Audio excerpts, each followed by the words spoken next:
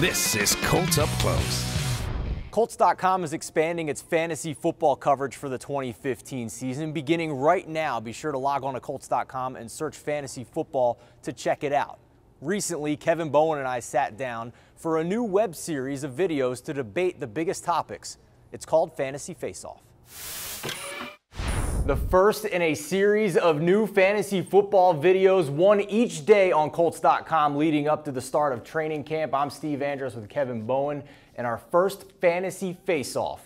Aaron Rodgers is the #1 quarterback in fantasy football this year. I think him and Andrew Luck are definitely 1 and 2, and then there's a big drop-off between that third guy. I don't think you can go wrong with Andrew Luck, though, or Aaron Rodgers. Obviously, Aaron Rodgers is so consistent over his entire tenure up there in Green Bay, but I love the weapons that Andrew Luck has. And, Steve, when you think about the playoffs, you think about the weather up there in Lambeau Field, that's where I like Andrew Luck because he's playing in these friendly confines of Lucas Oil Stadium, and really the Colts don't have many bad weather games, quote-unquote, throughout the whole year. Aaron Rodgers is the #1 ranked quarterback on NFL.com's fantasy rankings. He is being taken 7th overall in mock drafts on NFL.com.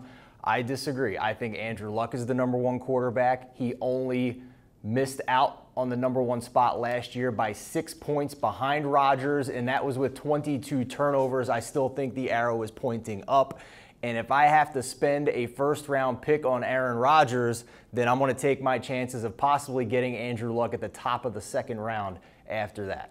Our next fantasy face-off is about the running back position. And if you look at the NFL.com top 12 running back rankings for this season, you see some familiar names. But Kevin, my biggest question is who outside NFL.com's top 12 running backs has the best chance to finish inside the top 12 at that position? Well, let's start here in this building. Frank Gore's signing impacted 2 running back situations for 2015 and beyond.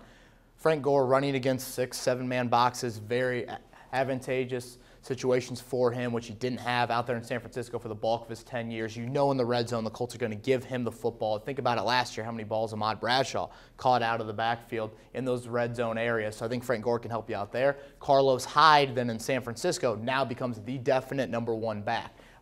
With Frank Gore leaving, kind of the writing was on the wall. Carlos Hyde is going to be that top back, former 2nd-round pick out of Ohio State. So those are 2 guys that I think outside of the top 12, they could find themselves, 8 or 9 by the end of the season. Jeremy Hill in Cincinnati finished as the #8 running back last year in standard scoring. So I'm a little confused why he's the #13 ranked running back on NFL.com this season. So he's the first pick for me. The second one is the Panthers running back, Jonathan Stewart.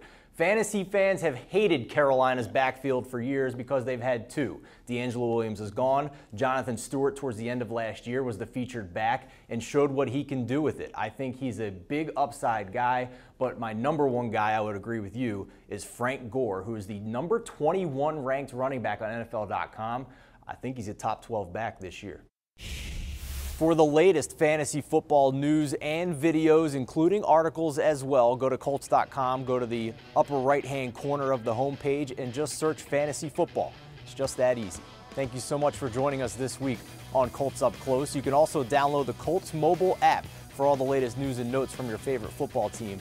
But for now, I'm Steve Andress saying so long. Thank you so much for watching, and we will see you next week on Colts Up Close.